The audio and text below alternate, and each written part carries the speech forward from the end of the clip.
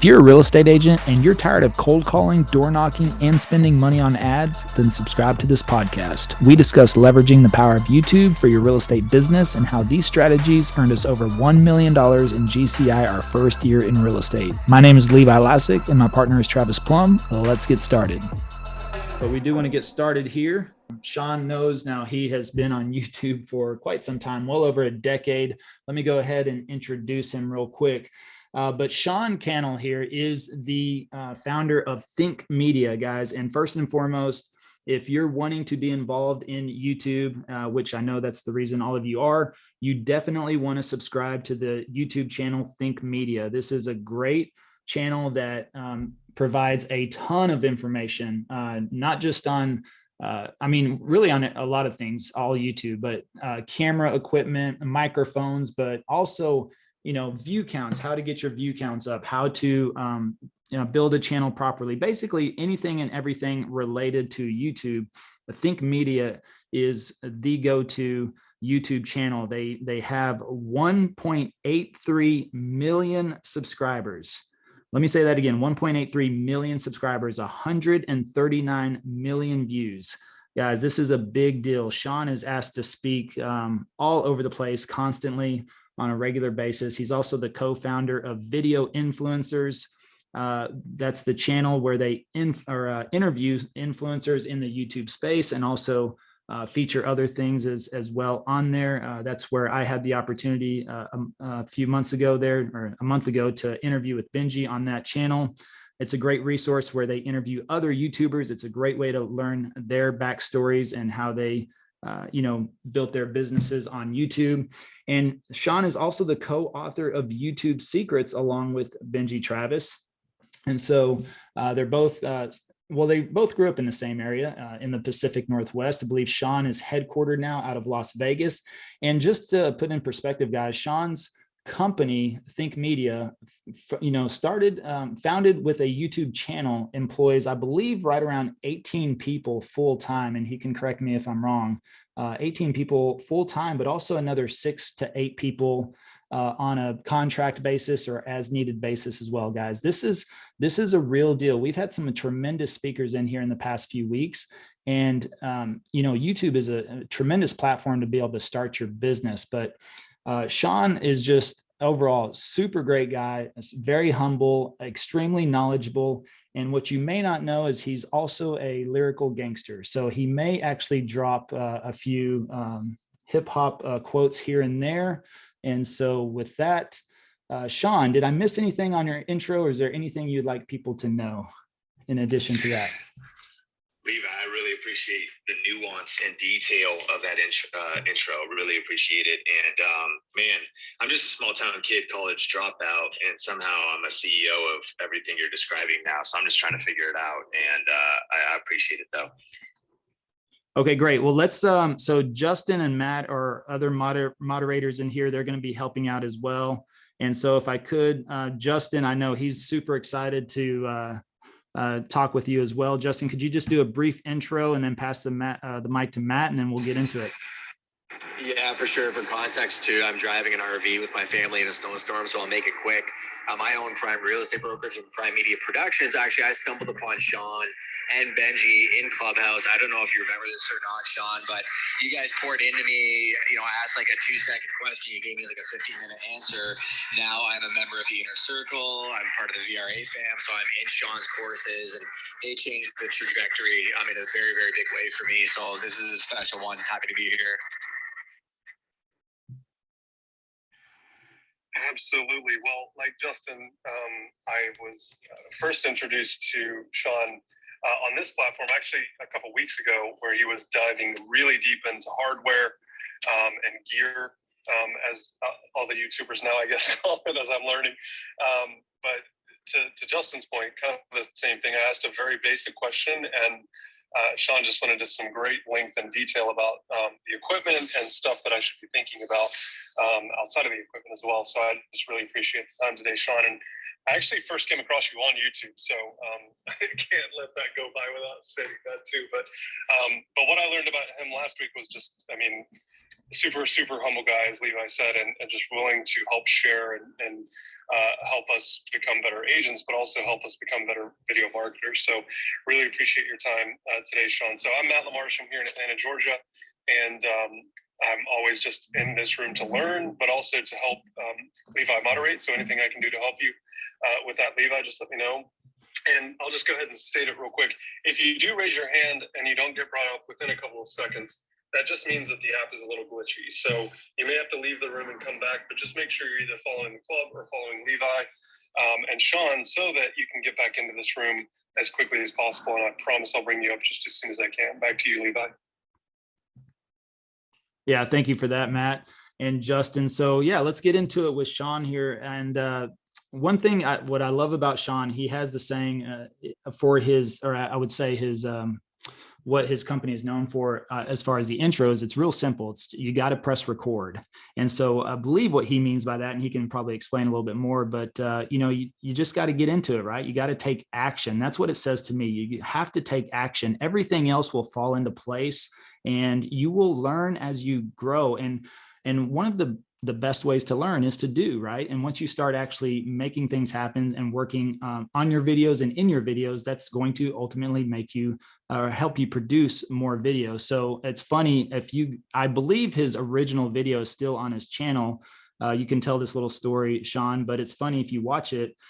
He's got a terrible background, terrible video. He even openly states on the video that he is not here to be energetic or entertaining. He's just going to give you his thoughts on what he thinks he should talk about from time to time. So I think he probably advises against that now. But at the same time, it's interesting if you can go back to his original video, which I believe is still on his channel there, you can see that he just started. He started and now turned this into a multi-company opportunity, but more importantly, providing for several families full-time incomes and salaries, and then also providing so much value. And you can see that in his subscriber counts and everything else. So Sean, do you kind of want to give us a little backstory? And just to preface, I believe you already know this, but a majority of the people in this room are real estate agents looking to just get started on YouTube, or they've just started themselves. So they're very early on in their journey. So if it's just so you have that context, but can you kind of give us a little bit of your origin story, so to speak?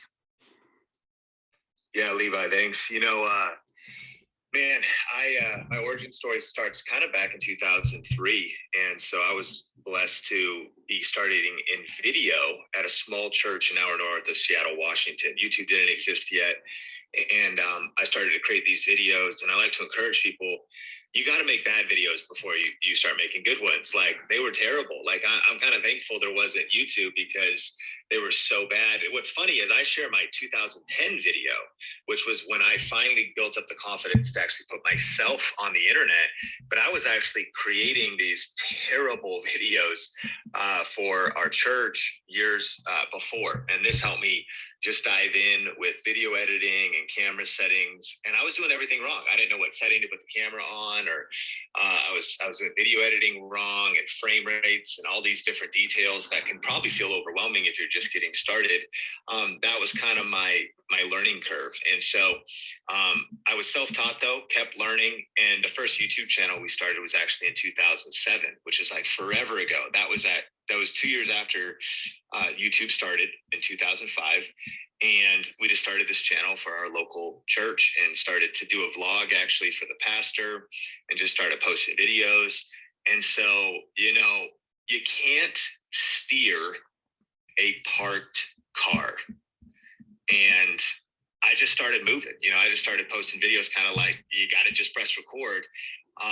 And then just focused on getting 1% better with every upload. So by 2009, I started a video production business with the video skills I had learned, started doing wedding videos. I did some real estate tours. Agents would hire me. So I would do, a house tour for them or a promo video for them. And I was doing kind of client work for all different types of clients. And then eventually I got the courage to press record and put myself out. And then the videos were still bad.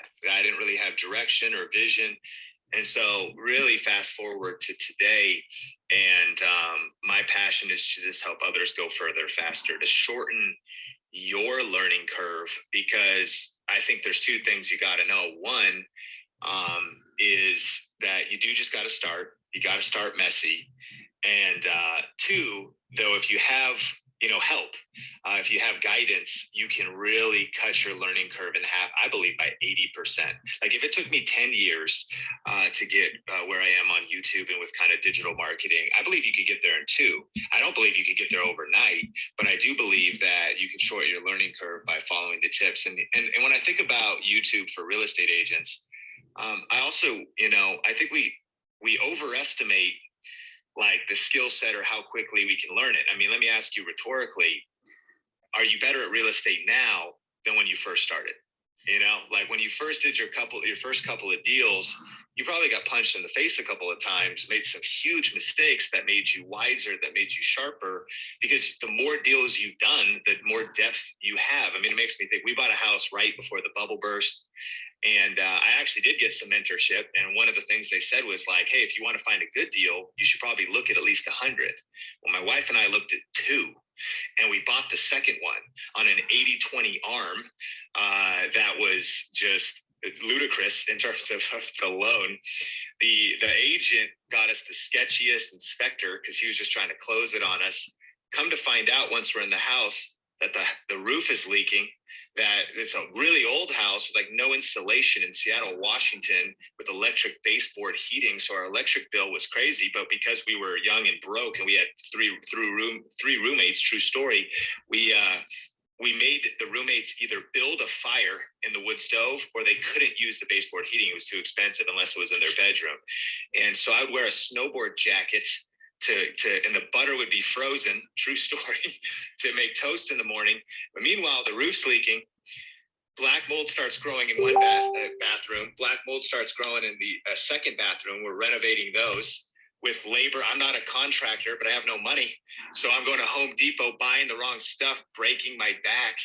Not only that, it's on a septic and drain field. The drain field fails. You want to talk about a lemon house? That was my first house. Well, here's the interest. And then the market crashes and we just get absolutely destroyed, foreclose on the 80, but then we're accountable for the 20%. And that's another 40K that we don't have.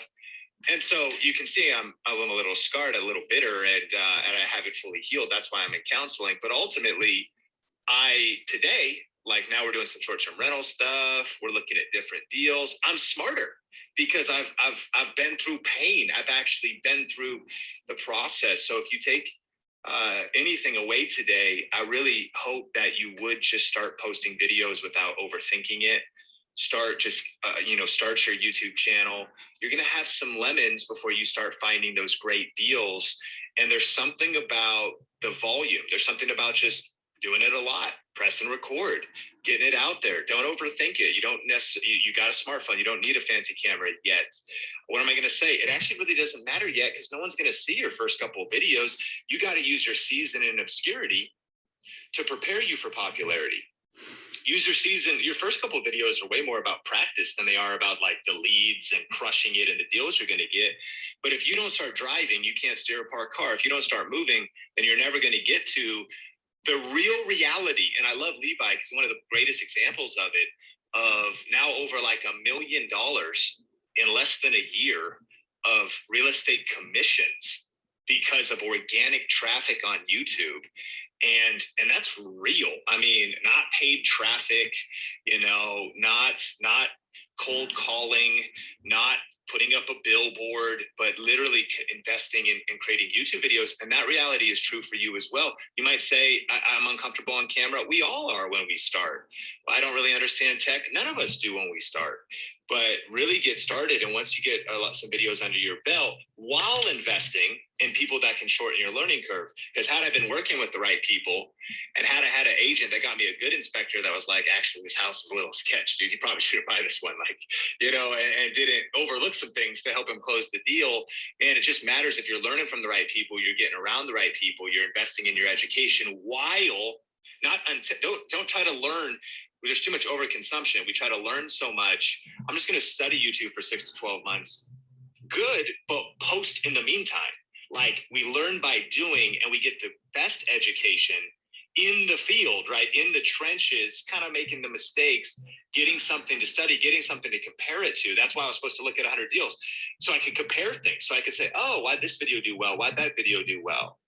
Oh, like, okay, I'm getting better at titles. Why'd this thumbnail do well? Why'd that thumbnail do well? So yeah, for real, Levi, I mean, you gotta just press record. Yeah, that was great, Sean. So a couple of things that I could reference in there, as far as just getting started, everything is always overwhelming in the beginning. And everybody in here most likely has a real estate license. And we all know when you started to get that real estate license, the studying, the books, the exams, all of that was overwhelming.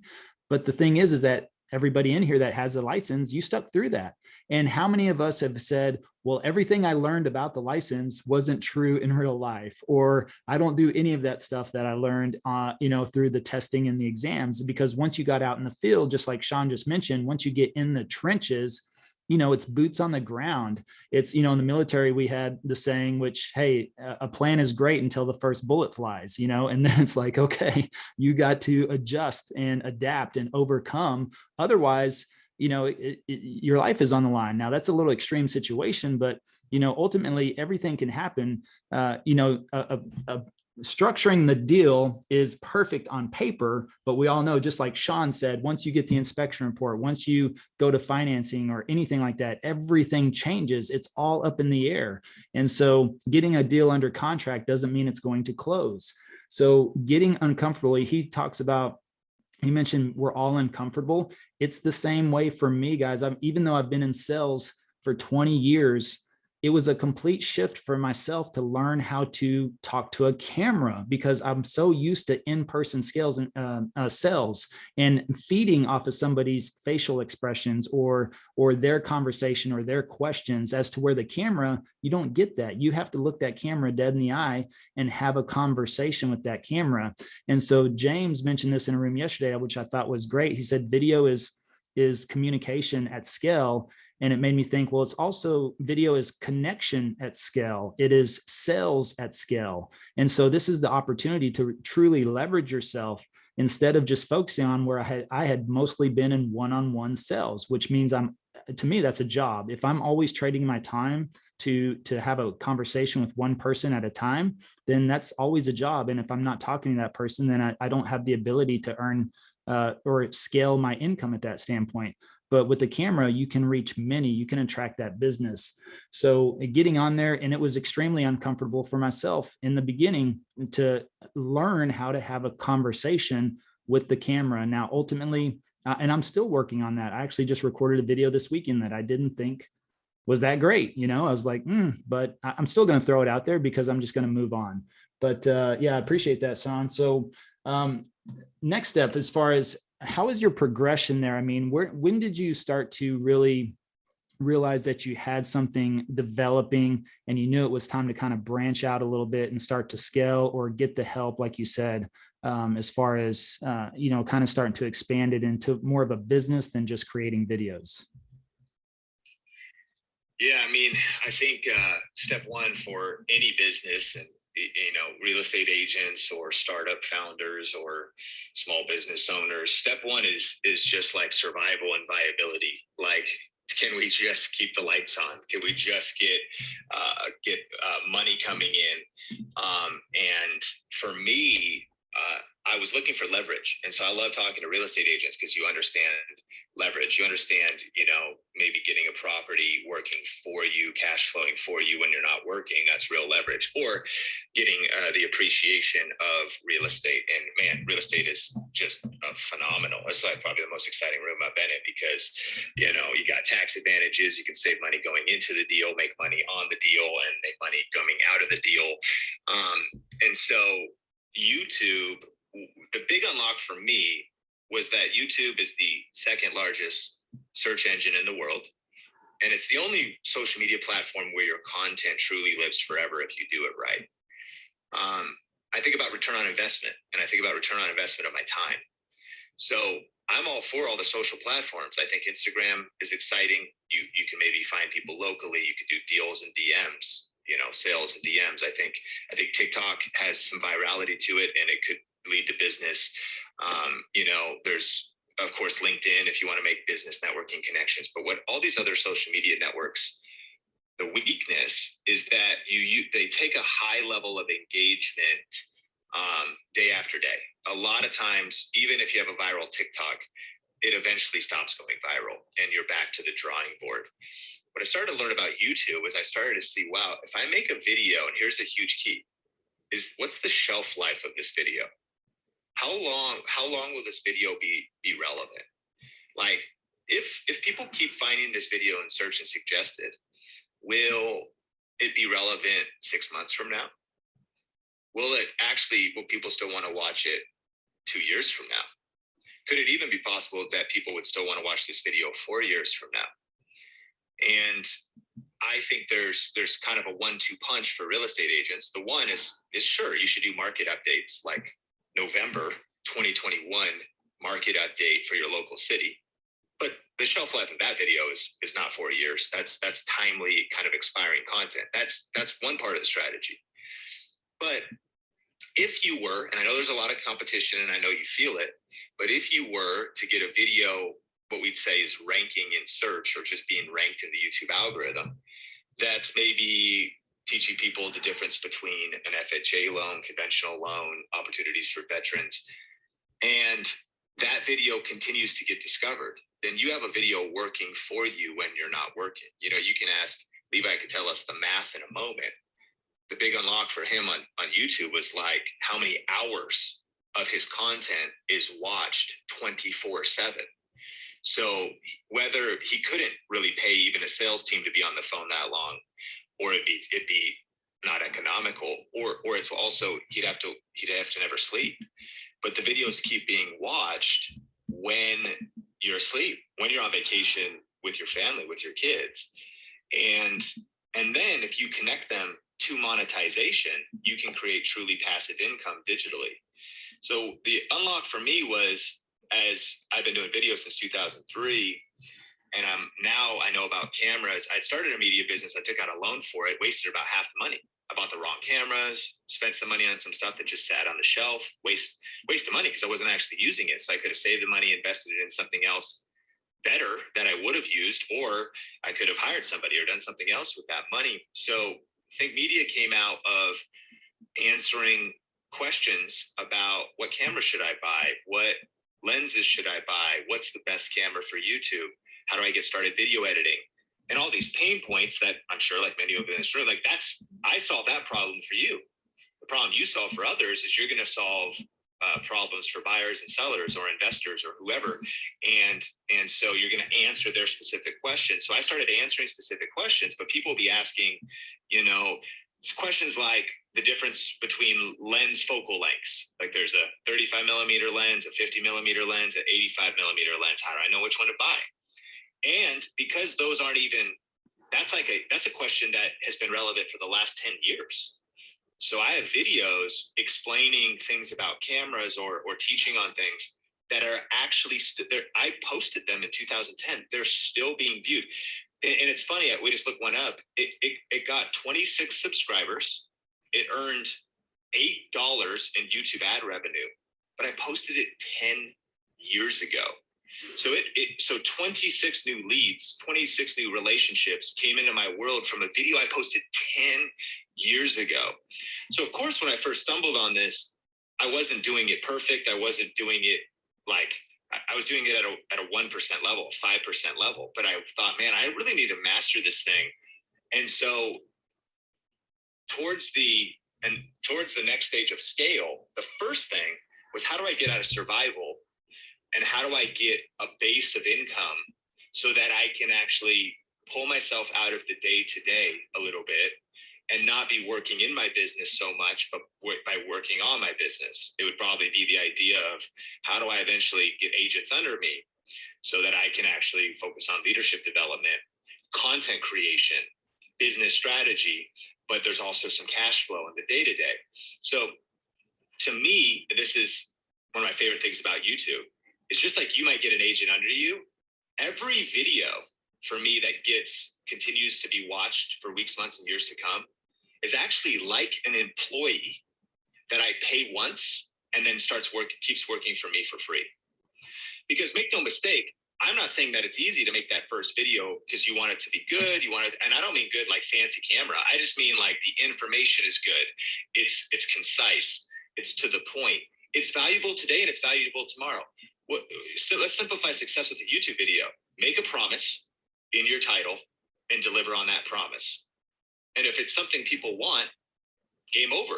Because think about it. If they're like, I'm curious about that thing, and then they watch your video, doesn't matter if you're outside in front of a tree, in your office, if you have a webcam or a fancy camera, if the video answers the promise, they go, wow, I did not know about those, what kind of loan differences. Now I do. Trust has been built, and satisfaction, viewer satisfaction has happened because you made a promise, you delivered on that promise. So you got to put some effort into to making the video well, just like you got to put effort into hiring and filtering people out and going through. But once you get someone great, now they're working for you, but you got to keep paying them.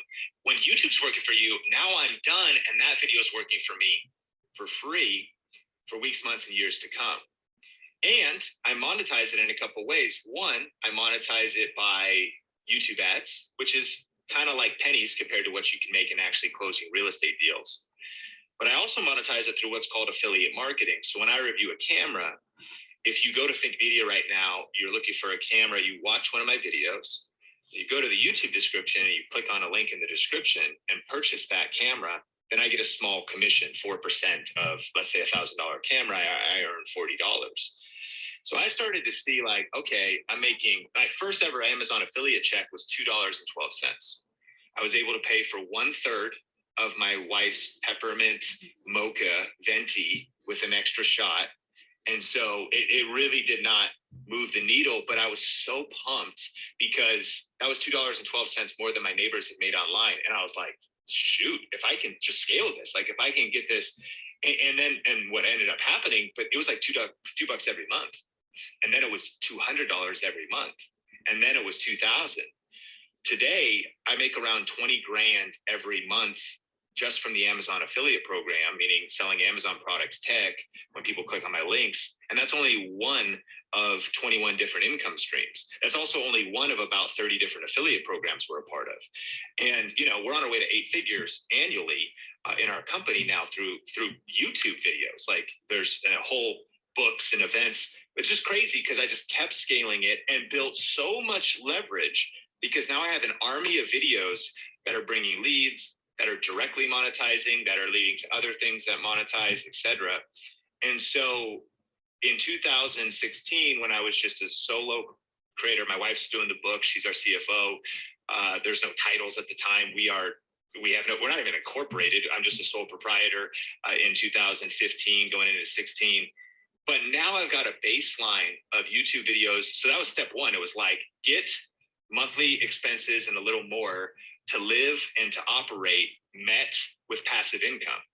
Now scale because I have time to focus on scaling.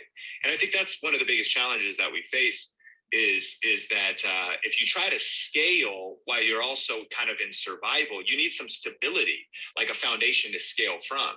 And then it became, okay, let's produce even more passive income. Let's get funnels built and we built an online course and let's dial that in to get that earning, sales evergreen. And that's a huge term I love. I'll land the plane here for the next thing, but like evergreen is another way of saying, how long is the shelf life of the video? I grew up in Seattle, Washington, Marysville, actually, and Levi mentioned Benji, the co-author of YouTube Secrets. We grew up in that kind of northern Seattle area. And one thing, if you've ever been to the Washington area, you'll see evergreen trees. And it's maybe obvious what they are. They're trees that are green all year long. Summer, spring, winter, fall, they're green. Evergreen videos and evergreen sales campaigns are the secret for, bringing in that passive income because people are watching the videos. And then let's just connect this to real estate. Think about it. If you've got a video that people are watching today, but they keep watching it for the next 2 years, and that video leads to your phone numbers in the description, you've got maybe a way for people to send you, fill out a form, and then they can send you their their email, then you have leads coming in 24/7, 365, not paying a marketing agency, not doing Facebook ads. Do all that too. Like, that stuff's great. But that's the power of YouTube, is to connect those evergreen videos to business building activities, whether that's leads and, just so much. But one of the things that, Levi and I recently connected at an event in LA called Vid Summit, and we were just talking about the acceleration of trust, that a lot of people that watch his YouTube channel are getting houses under contract, like, without ever meeting. Like they're just, because they already trust you. They start watching multiple videos of yours. Oh, you taught me about loans. Oh, you're also talking about down payments. Like, oh, and now they're like, they've spent half an hour with you, an hour with you, a couple hours with you. They meet you, and there's more authority than other agents. There's more authority than others because they've been spending time online with you. The other person's just a photo and on the other side of the phone. They meet you, and not only do they know you, the trust is accelerated. That's going to get more deals done. And but you're meeting them at scale. You've multiplied yourself so that actually you're having 10 conversations an hour, 100 conversations an hour. You're meeting with 100 individuals an hour normally. And this is the work you do, right? Go to the coffee shop, spend an hour with somebody, build rapport, start driving around with them, only to never do a deal. Only to, they decide they can't do it, or their financing falls through. Well, when you go the YouTube route, you're multiplying yourself at such a staggering level once you build up that army of videos working for you, that it'll be an absolute explosion in your business of results. Awesome. Great information there. Really appreciate that, Sean. That's so many valid points in there to unpack, but I want to move over. I want to be mindful of time. I want to get to some of the people on stage here. So Justin, if you have the opportunity safely, do you have a question or comment? I know you really we're looking forward to this. So is there something you'd like to ask Sean? Yeah, there's one thing I'm chewing on, and everything Sean said, I can back up because I've gone through the hypergrowth blueprint course and a lot of the stuff that he's spent years and years and years building. And I can tell you, getting around other people that have done it before you saves you time. Also, Sean, I'd love to find out who that agent was that sold you that house, because there's a lot of people in our space here that we're fighting against that, right? We're really trying to shine light on the bad people and change things from an industry perspective. So I definitely appreciate that story. I guess my question to you is, there's two channels that I run. One is the Prime Real Estate Brokerage channel, which focuses on very similar to what Levi does, the neighborhood tourism and whatnot. We only have just over 2,000 subs, and I can tell you between that and Google reviews, we're getting 500 to 600 leads a year and converting to business. So I'm very happy with what that's doing. My personal channel is a bit of an offshoot where I really think my hypergrowth blueprint, when I did it, led me to realize that, what I'm trying to do is really educate and inspire, right, through thought leadership. I'm known well, I guess, in the real estate space for that expertise, but a lot of my sales and marketing, I feel like if you had a coffee shop or a shoe store or whatever business, I could probably help you find customers and solve solutions from a sales and marketing perspective. So, given my channel personally smaller, how would you go about growing it? Would you really focus on the real estate side of things because that's what I'm best known for? Or would you go for a larger topic and a broader audience? Yeah, that's a great question. I think it's ultimately up to you to kind of explore. But I think what I've learned is as we grow, we get into opportunity overwhelm that can cause us drift from our core strength, maybe our core branding. And it doesn't mean you shouldn't do it, but a lot of people fail, or at least they get distracted, they get diluted. We have success in one vertical, and we just think that is assumed that we'll be able to pivot or add on to another vertical. And you very well could, because I think that's very, sales, marketing, getting leads is aligned. If you've done it for real estate, I'm sure you could do it for others. But to summarize, I think this will encourage you, or at least give you some perspective. For me, man, I'm so multi-passionate. I'm sure a lot of people are here. You wouldn't be in this room if you're not ambitious. You're probably a leader. You probably, read and study. You're here learning in Clubhouse. You probably love podcasts. You probably invest in yourself. You go to events. You go to leadership events. You probably are driven by a greater purpose. Maybe your faith is important to you. And sometimes you might think, oh, real estate is a means to an end. Or, I love real estate, but it pays the bills. I love to do something else. And I'm guilty of that. Like, I got so many dang ideas. I have online courses on YouTube, but I'm like, I want to make an online course on leadership. I want to make an online course on Bible study. I want to make an online course on hiring team and leaders. I want to make, and then I'm multi-passionate. I want to start a YouTube channel on crypto. I want to study crypto all day. I don't know if you could relate. I want to do a lot of other things. And what I've learned though is, especially too, that sometimes we can get fatigued with the thing. I'm like, I've been talking about YouTube. I've been saying you got to just press record for 6 years now. I want to talk about something else. But I've seen where there is superpower, at least for us, and really building a movement and scaling, is staying just focused on one thing. And come on, Gary Keller, one thing, Keller Williams, great book, by the way, is really developing a superpower, developing a super strength. And when you're tempted to go wide, go even deeper. And I think that has been a huge key for us getting to 8 figures. See, what got you to, 6 figures is not the same stuff that will get you to 7, and you'll stay stuck at 7 or multiple 7. And 8 is, that's not an easy leap. that's like, it's a lot. It's not just $1 million. It's $10 million plus. So I'm learning that simplicity and focus and trying to think about what will multiply how can you compound the success and maybe the current influence and audience that you have into your next thing. So I'm not actually answering the question. I think I want you to, of course, answer the question for yourself, but those are, I think, some really important thoughts that can help you. Yeah, that was awesome. Thank you very much.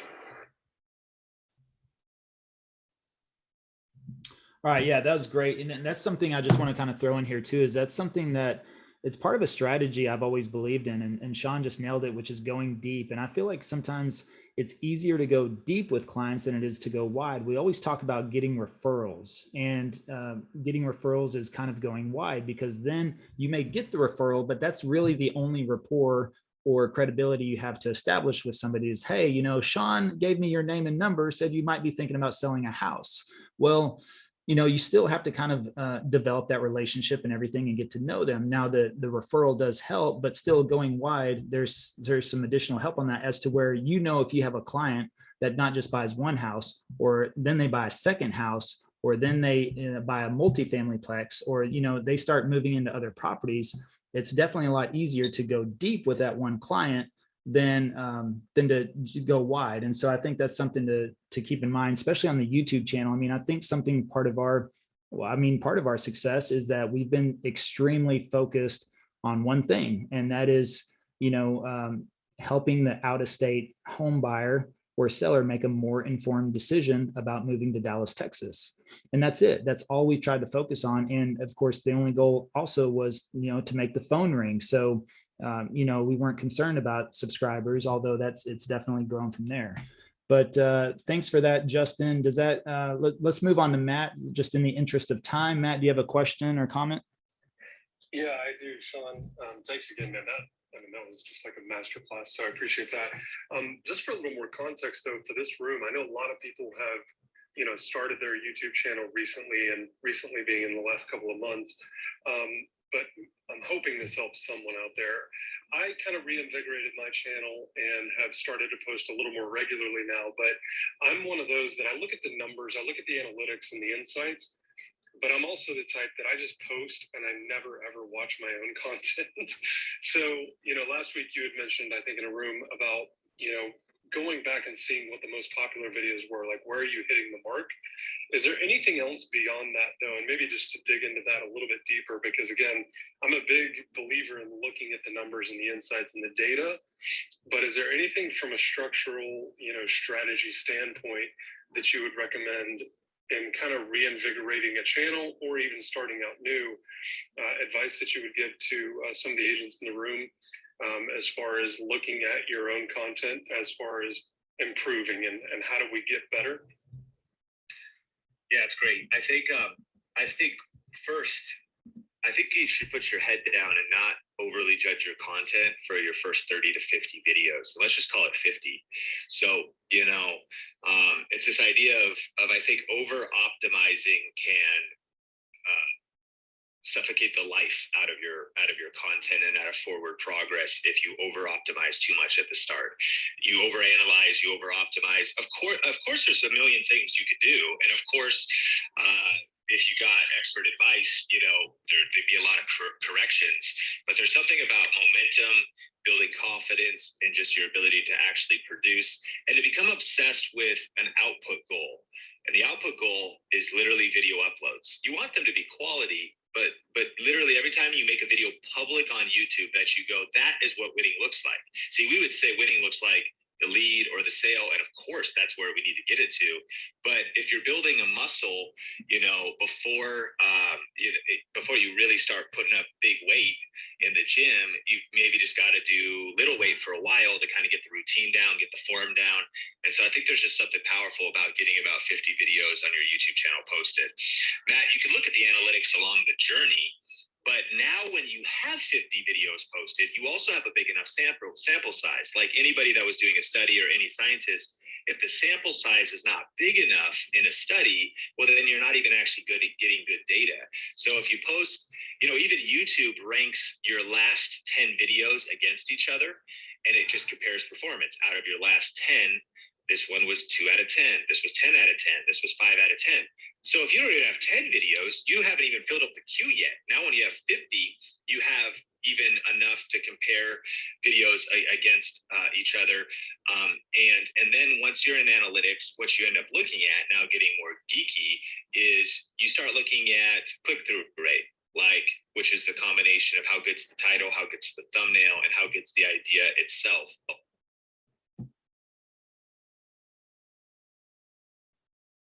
Average view duration is probably the most important thing to look at.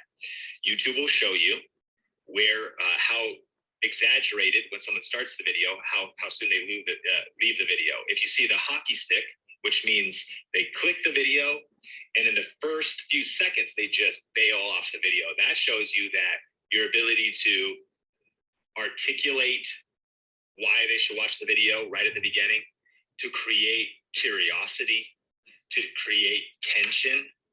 These are some powerful sales techniques or communication techniques that you need to weave into your YouTube videos. As you're opening the video, you might say something like, choosing the right loan for real estate's a big deal. Getting the best interest rate can amount to, you might figure out a stat, right? If you're buying a $300,000 house, the interest rate could change, $50,000 or $250,000 at the end of the loan. So how do you lower your interest rate?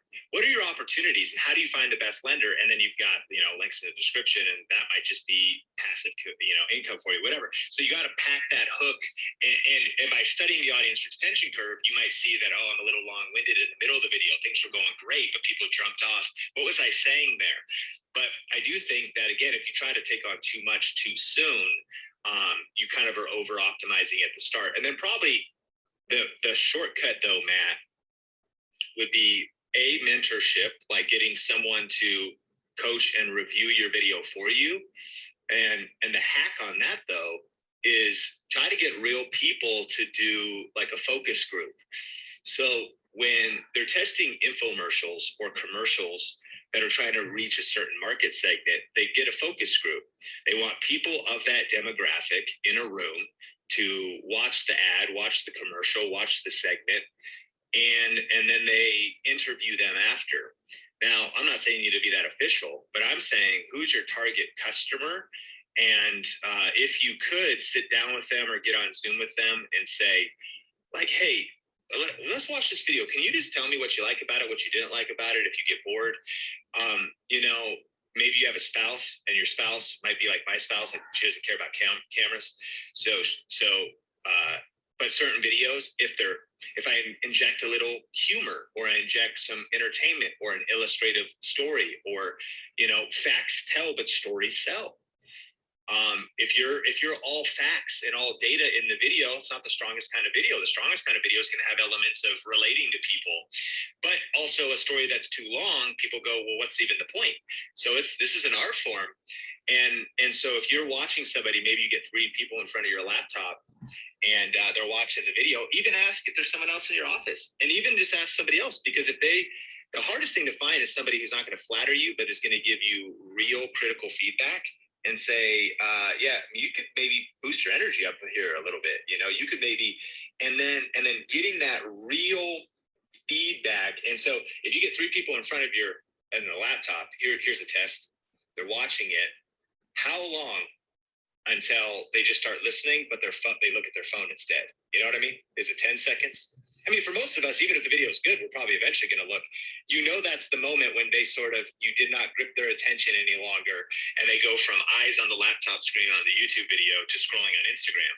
So that's some of the thinking, and I think, Matt, that would be the biggest thing. Would be, and then outside of that, it's sort of that communication coaching. Levi had mentioned being in sales for 20 years, and so I think Richard Branson, the billionaire, said, communication is the most important skill for a leader to possess. Warren Buffett, the billionaire, said, getting better at communication will increase your income guaranteed by 50% at least. And that means, I don't even care if you start a YouTube channel. If you become a better communicator, your income's going up. You're closing more deals. You're building stronger relationships. You're being referred more. And so ultimately, YouTube is a video. Online video is just a vehicle of communication. So your analytics will give you kind of that analytical math side of what is happening in your videos, but talk to real people. And you know how many people do that? Nobody actually gets that objective feedback from letting somebody watch their video by also creating a context. And not everybody, this is not your mom, because if your mom is, an unconditionally supportive person, she's A, maybe not your target customer. And then B, she's going to give you more flattery and encouragement. You don't want someone to be mean, but you want someone to really say, okay, that whole part was boring. Or you want to know, because we sometimes have so much insider knowledge that you want people to see, when do they break down? When do they get confused? The moment you lose the audience might be that moment where you just assumed the viewer understood some things. If you can build upon all these skills by getting 1% better in each video, this is how eventually you could create a video that reaches a mass market in terms of maybe that wants to learn about real estate things, or mass market, even a region. You want to be that relatable but also educational agent that people connect with, and have a blend of that storytelling, that education, that it's understandable, it's fun, it's not overwhelming. And you might be getting overwhelmed by all the nuances that I'm sharing, but I think those are the elements that you want to kind of craft into your content, and then you'll start seeing videos really get results and get a lot of views. I love it, man. And yeah, this group has already been back channeling me about creating an accountability group, as well as a kind of like a watch party. So I appreciate it so much. Thank you, man. Yeah, that would, Matt, that would be great. You could post your video in the Real Agents Facebook group if you wanted to. That's what we have that for, is for that direct feedback. So another great quote, since we're on Sean mentioned a couple of great communication quotes. One I've always loved, I don't know who said it, but it was, 2 of the most important things in life is how you communicate with others and how you communicate with yourself. So going back to his statement of, you just got to press record, if we tell ourselves, oh, it's not going to be great, or I can't do this, or this is too much for me to learn ever, then that's what it's going to be. So you have to have that communication within yourself first, and then you'll hone your craft and sharpen your skill on communicating with others through video. And ultimately that will allow you to, mass market and bring in, grow your business tremendously. So in the respective time, I know Jesse Ann's been up here for a while, so let's jump to Jesse Ann real quick. Do you have a quick question, and how are you doing? Hi, everyone. Good afternoon. My name is Jessie Ann Fernandez. I am a real estate agent in Rhode Island and Massachusetts. And I have a quick question. I've been doing video for a while, but I've been using Facebook. Having a great success on it. And I'm not going to use the boat word. And I want to dive in. I'm very excited because last week I posted a video on Facebook, and less than a week, it has over 70,000 views and more than 60 shares. But with all the change that's going to Facebook, I'm so pumped to dive into YouTube. My question is, how do I bring those videos into Facebook, into YouTube?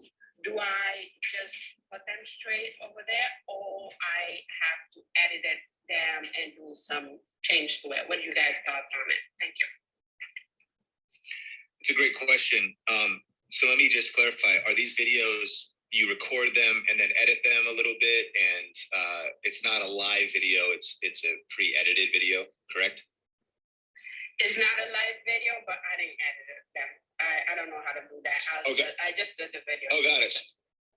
So you just kind of like, do you just use your phone? You just kind of dive right into the content. How long are they about? I have about 5-6 minutes.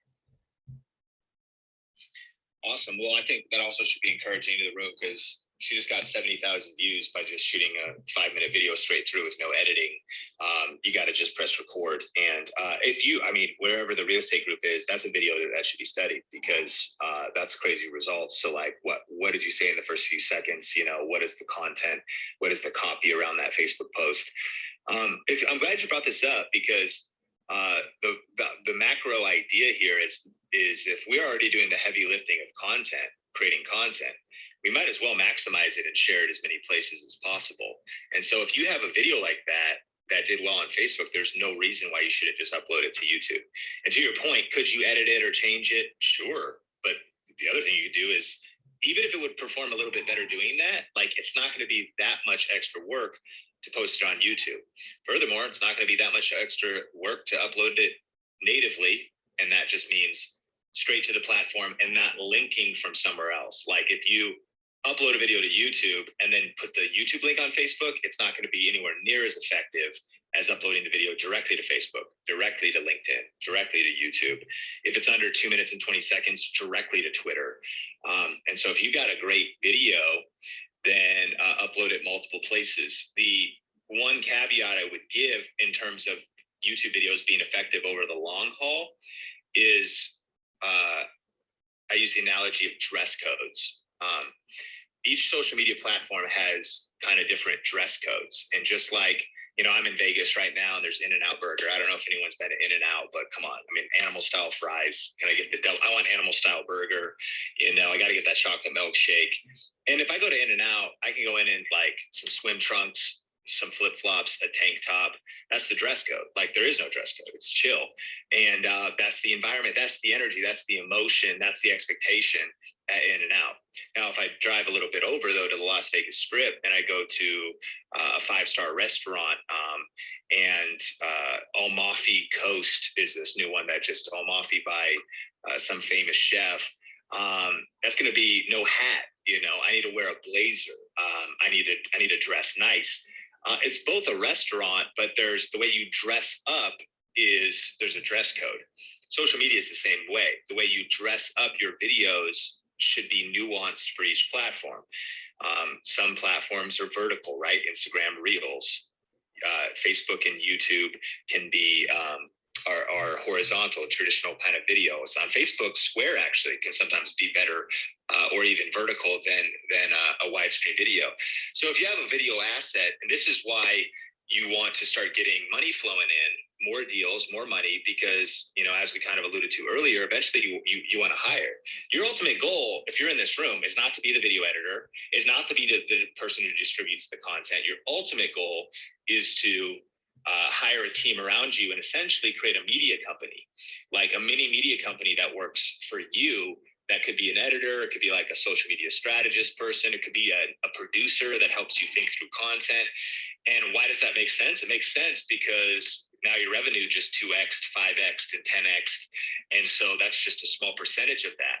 It makes sense because even before your revenue does that, maybe you go negative for a little while or just keep breaking even because you see the vision and you realize, of course, I'll reinvest my profits into people for 6 months because that's going to set me up to dominate my entire region over the next 6 years. And so the dress code potentially on YouTube ultimately sometimes comes down to what you verbally say, like, subscribe. At the end of a YouTube video, the best thing you could do is transition people to another video. It boosts watch time, but you wouldn't do that on Facebook. So if you're ending your video and you say, so, hey, now that we know all about loans, the next thing we want to talk about is actually getting approved. So click or tap the screen to watch this video where I'm going to help you with your credit score. I'm going to help you, make sure you can get the best rates possible. And so click or tap the screen right now. Well, what you could do is you could add a little clip through simple editing to the end of your Facebook video, quote unquote, that you uploaded to YouTube. But part of that is I'm overthinking, or don't overthink a little bit, because part of that could be, for most restaurants in the middle, you could wear a blazer, you could wear, business casual or casual, and you're still fine. And so, I hope that answers the question. I would try to post it everywhere because you get more success out of that. And then really practically, I want to say, the model for a lot of us, and this isn't to promote what we're doing, but like we have a course, for example, it's called Video Ranking Academy. I think you should take it, but even better than that, for if you're in this room, I think your shredder should take it. Like, you got to focus on the business. You need to know what you're saying and buy into the big idea of YouTube. But a shredder is not just a video editor or a video shooter. It's a shooter, editor, producer. It's somebody who doesn't just know how to shoot the videos with you, maybe from a local college or your local city, but it's also somebody who knows how to edit the videos, and not just edit the videos like at a basic level, but edit it for YouTube. And not only YouTube, understand social media content, attention spans. And then producer means they would also understand not just what you say at the beginning of the video has to do with the title, has to do with the way the video ends. And to find that person at not a crazy rate means it will probably be difficult. That's why you should build that person. So if you could see that person has the raw skills, one of the biggest things we do at Think Media is then they immerse themselves in our content, and then you just go, hey, just follow everything Think Media does. Go through Think Media's course, read the book, go through all the stuff. You buy in at the high strategic level, and then you build a team around you to repurpose that. Because yes, you could go upload that video on YouTube, but then you're like, well, now I got to edit a thumbnail. How should I title this really well? And I should do the description. Because if you just lob it out there and there is no custom thumbnail and the title kind of sucks, it's kind of a waste of time. Because if you're going to do it, you might as well do it well. And so you have to ask yourself, do you have the bandwidth and the skill set to do that? Do you want to learn that? Or do you want to keep doubling down on Facebook right now, double down on revenue, and start building that team around you? Thank you so much, Sean. This was amazing. I'll definitely don't want to do this. I want to just keep doing the videos and then find someone else to do it. Thank you. I really appreciate your time. I'm Jessie Ann Fernandez, and I'm done speaking. Thank you. Thank you so much, Jessie Ann. And if we're going to go in order, that would be Joshua, Travis, then Sandy. Sean, are you okay just to finish up these last couple of questions? Yeah, I actually do have a hard stop, but I can do one more question. Okay. I think Joshua is up here the longest. Joshua, you have a question? Yeah. Hey, what's up? So I'm a real estate agent, pretty new. I got licensed and started YouTube about a year ago, and I'm at about 14,000 subscribers. And I guess I'm getting a little nervous because I don't know when would be like the right time to kind of expand into some more broad topics. I'm just talking about my journey as a new real estate agent. But, eventually I'd like to, get into some personal finance stuff. Once I do some real estate investing, get into that. But I feel like the new real estate agent community is maybe kind of small, and there might come a point where I kind of like plateau. I don't really want to reach that. So I don't know when is the right time to start looking at some other topics. If that makes sense. How many videos have you posted now? 41, less than 50, something like that. And you already have 17,000 subscribers. 14,000, yeah. 14,000. So, I think experimenting is super smart, just in general, because you're probably not going to risk much, but here's some really good questions to write down, or principles. One, if you want to build a successful YouTube channel that builds a lot of momentum, you should ask the question, or you should follow the principle: never upload videos that your subscribers didn't subscribe for. So a mistake can be, or a question you should ask is, why did the 14,000 subscribe? What kind of information were they looking for? And interestingly enough, you know, sometimes personal finance relates a lot to like real estate advice, because you got to get your money right to get approved and get your house right. So then your question is like, well, they might be interested. This is not totally out of alignment. What would be out of alignment would be, you know, you start uploading gardening videos. That's not what they subscribed for. And that would be a kind of a hard pivot away. Now at 14,000 subscribers though, to be honest, you can take this thing kind of in any direction you want. So the bigger question, Joshua, is actually, and for all of us, this is a good way to end, at least for my time here, because I got to jump, is reverse engineering back from what is your end goal? What is your 3-year goal? What is your 5-year goal? Do you want to eventually actually go into full education and build a personal brand and be a YouTuber? It's a smart thing to do, you know, personal finance YouTuber. The CPMs, meaning how much you earn from ads, are insane. When you start talking about e-com or personal finance, you can get, you know, credit card deals and get people signed up for public stock trading things, and you can keep doing stuff in real estate. Of course, maybe a lot of people here know the Graham Stephan type of, or Andre Jank, or you can look at like Ryan Pineda and different people like this. So it's a really smart, building your personal brand could be the most lucrative and multiplying thing you can do beyond. That'll only grow your real estate business and beyond.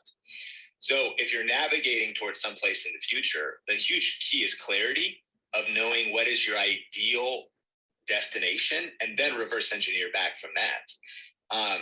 The danger is just doing random activities. Like, we don't really know where we're going. If we don't really know where we're going, then how will we know when we get there? Or we might end up in a destination we never intended to be, because now we get pigeonholed, or like, I was just experimenting, but now it took me in this direction. And so those are some of the deeper thoughts I would think about. You've proven that people love your content, 14,000 subs. You've got the chops to, I think, really make an impact. That's kind of up to you. So, you know, where do you want to chart your career next? Do you want to get out of the day-to-day of showing houses or whatever it is? And I believe everyone in this room, we have that personal power. You're here learning. That continuing to learn can help us, you know, get the skill sets and continuing to build skill sets.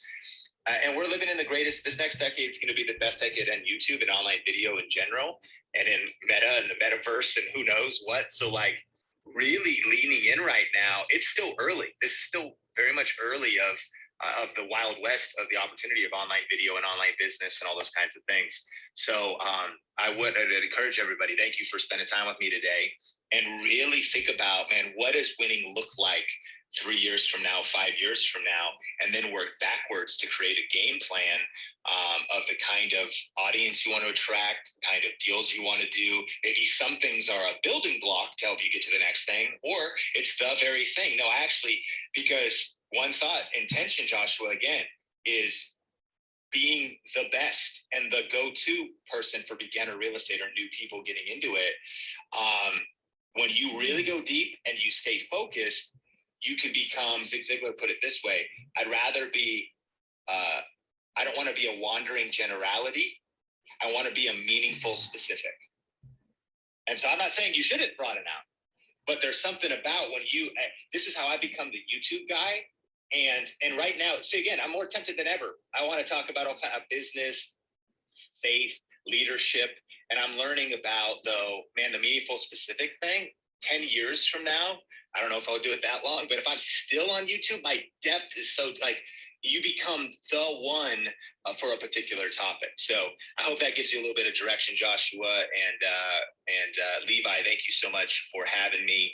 And I really appreciate y'all for hanging out with me today. Thank you so much, Sean. I mean, that pretty much wraps up this room then. And so thank you so much again for joining us today. And I'm sure he's probably jumping soon.